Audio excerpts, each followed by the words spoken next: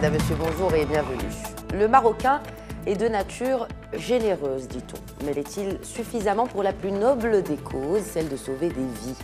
Au Maroc, les chiffres relatifs au don d'organes et de la greffe témoignent certes d'une évolution notable, mais ils ne sont pas, ces chiffres, à la hauteur des espérances et révèlent un retard en la matière. Selon l'Organisation mondiale de la santé, il y a aujourd'hui 90 000 dons d'organes effectués chaque année dans le monde, soit plus de 10 dons chaque heure. Où en est le Maroc dans tous ces chiffres et comment dépasser les réticences socio-culturelles sans lesquelles des milliers de vies pourraient être sauvées? On en parle aujourd'hui en compagnie de Dr Amal Bourkhia, présidente de l'association RAM. Madame Bourkhia, bonjour et bienvenue. Merci Mehdi pour tous les efforts faits pour sensibiliser la population aux dons et à la greffe d'organes.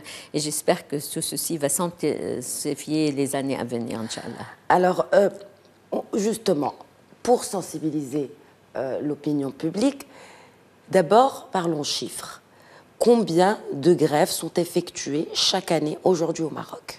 D'abord, on sait qu'il y a les organes proviennent de deux donneurs vivants, donneurs en état de mort cérébrale. On ne parle chez nous essentiellement que de donneurs vivants. Le donneur vivant, ça suppose uniquement pour le rein, parce qu'on en a deux, une partie du foie, parce qu'il se régénère. Si on parle, par exemple, pour le rein, parce qu'on a la chance d'avoir la dialyse, qui est un moyen de substitution pour la fonction rénale, et les gens peuvent vivre sans un organe vital, parce que le rein, le foie, etc., c'est des organes vitaux comme le cœur, et on ne peut pas vivre si un organe s'arrête de fonctionner. Avec la dialyse, on les maintient. On est environ à 30 000 patients traités en dialyse, ce qui est énorme dans les différents centres à travers le royaume. Par contre, en matière de greffe d'organes, il n'y a jamais de chiffre vraiment précis, mais on est aux alentours des 460, 480 greffes, ce qui est vraiment dérisoire par rapport à la demande, par rapport au nombre, par exemple, de dialysés qui attendent tous un jour d'être greffés, que ce soit à partir d'un donneur vivant qui est familial, que ce soit à partir d'un donneur en état de mort cérébrale. Au Maroc, on a moins de 15 personnes qui ont été greffées rein ou foie à partir de donneurs en état de mort cérébrale. Vraiment, beaucoup d'efforts sont à faire à ce niveau-là pour permettre à tout un chacun, y compris nous, c'est-à-dire tout le monde peut avoir besoin un jour d'une greffe d'organes et ne pas la trouver. Alors, quand on parle de don d'organes, qui donne le plus, les hommes ou les femmes? Les femmes, malheureusement, que ce soit pour le donneur vivant, que ce soit actuellement pour les inscriptions.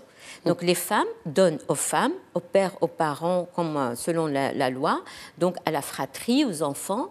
Peut-être que la femme a un sens plus altruiste, donc elle est sensible à la souffrance de l'autre. Et les hommes donnent rarement. Et quand ils donnent, c'est essentiellement, généralement, pour ne pas dire tout le temps, à des hommes. Donc, c'est très culturel, on n'arrive pas à le comprendre, mais c'est une étude à faire, peut-être à réaliser. La même chose se passe donc au niveau de l'inscription sur le registre de dons après la mort. C'est essentiellement des femmes. On a plus de 80%, c'est les femmes. Et d'ailleurs, la dernière fois, c'est une anecdote, on attendait un homme à Tanger. Donc, quand il y avait le premier homme qui est arrivé, on a tous applaudi parce qu'on avait au moins un homme sensible, peut-être, à se déplacer, à faire un effort et à être prêt à donner ses organes par la suite. C'est probablement très culturel, tout ça. Alors, on parlera culturel et ces réticences socioculturelles que j'évoquais plus tôt, mais juste pour rappel, peut-être pour nos téléspectateurs, que dit la loi par rapport au don d'organes, docteur Bourkhia? La loi date de plus de 20 ans maintenant. Le Maroc est un des rares pays africains disposant d'une loi qui gère le don et la greffe d'organes, que ce soit donneur vivant ou donneur cadavérique. Le donneur vivant est permis intrafamilial, c'est le donneur vivant intrafamilial, c'est-à-dire le donneur vivant non apparenté n'est pas autorisé au Maroc. Par exemple, vous ne pouvez pas donner à quelqu'un qui n'appartient pas à la famille. Bon, la famille s'est étendue au fur et à mesure, donc tu as un peu, on va jusqu'aux tantes et aux cousins proches.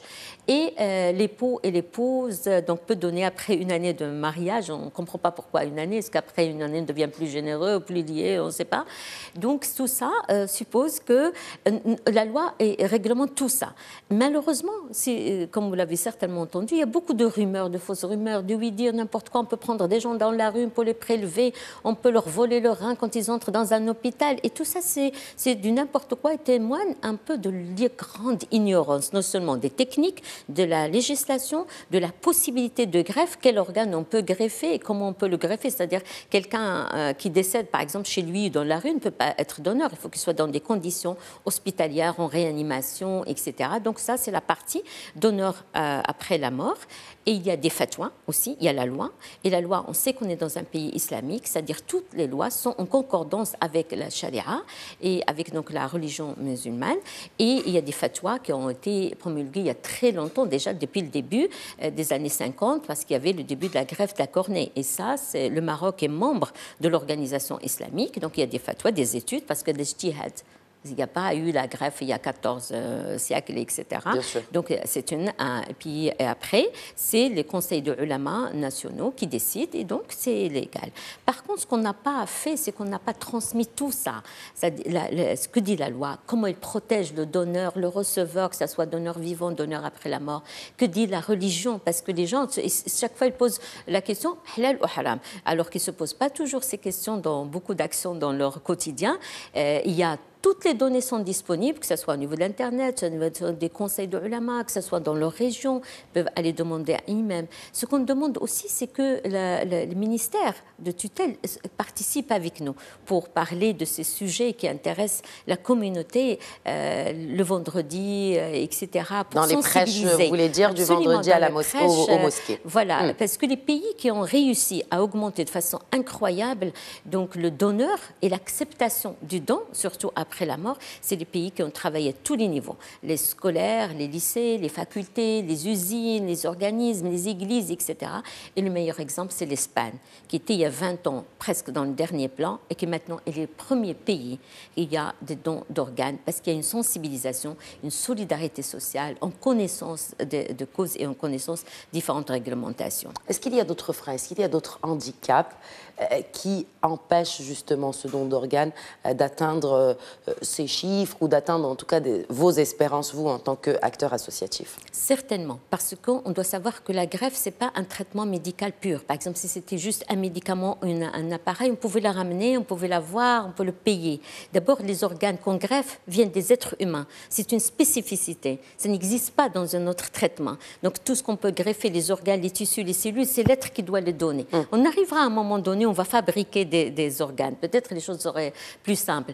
Donc, déjà ça, ce qui fait, ça implique aussi la perception, la religion, la tradition, les oui-dire, la famille, l'intervention de tout un chacun. Le deuxième problème, c'est par exemple pour le donneur en état de mort cérébrale, c'est la relation du Marocain avec les hôpitaux, particulièrement avec les urgences. Parce que ces gens-là, c'est qui? C'est des patients qui ont eu, en majorité, des accidents de la circulation, qui arrivent au niveau des urgences. Ça dépend de l'accueil, de comment ça a été perçu. Est-ce que la famille a eu la certitude qu'on a tout fait pour sauver son prochain?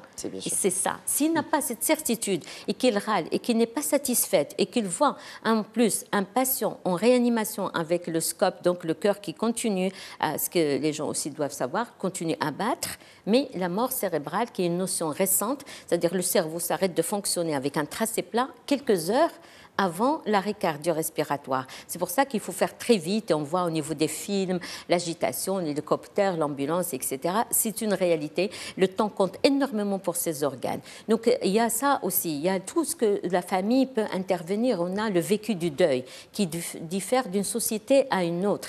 Et ici, il y a beaucoup de personnes qui interviennent à ce moment-là. Et pour convaincre tout ce monde et avoir une disponibilité, les médecins doivent faire beaucoup d'efforts. Les coordinateurs qu'on n'a pas toujours doivent vraiment rassurer la famille, leur donner régulièrement des informations, etc. etc.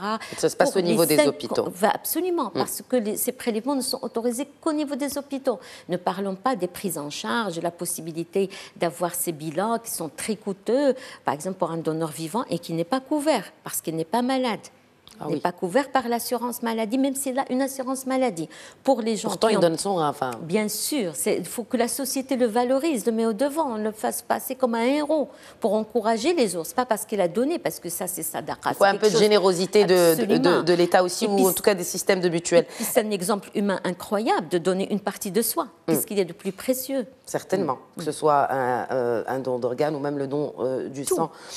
Alors, juste, vous avez parlé de ces choses-là. On aimerait peut-être juste faciliter les choses pour les téléspectateurs qui nous regardent? Quelle est la démarche à suivre aujourd'hui si on a envie de donner un de ces organes? Absolument. Après ces signatures, parce que souvent les gens ne connaissent pas la procédure. La procédure, elle est simple, mais il a un hic. Et le hic, c'est quoi? C'est qu'il faut que ça se fasse au niveau du tribunal civil de première instance de la ville où habite la personne. Donc ça aussi, c'est un problème. Par exemple, si nous, on est à Tanger, on ne peut pas signer à Tanger. Il faut signer dans la ville où vous résidez. Donc ça, alors que le registre dedans, il est national. Oui. Ceci, c'est juste pour faire travailler certains tribunaux, on ne comprend pas. Il y a des choses qu'il faudrait absolument changer au niveau de la loi. Donc, ils y vont, il y a un PV, ils font une signature dans le registre qui est numéroté et avec une carte nationale. Ça prend 5 minutes, mais c'est la relation et le fait de se réveiller un matin et se dire, voilà, oh wow, aujourd'hui, je vais aller au tribunal pour donner mes organes après la mort. C'est des mots qui ont une signification psychologique très importante. D'abord, de réfléchir à sa propre mort. Et la famille, souvent, dit « Oh non, non, après une longue vie, non ». C'est-à-dire il y a un peu de superstition, beaucoup de choses. Donc, le tribunal a des avantages parce qu'il sécurise. C'est-à-dire vous êtes inscrite, vous pouvez changer d'avis à la sortie du tribunal. Vous pouvez revenir sur votre déclaration quand vous voulez, que ce soit pour le donneur cadavérique ou pour le donneur vivant.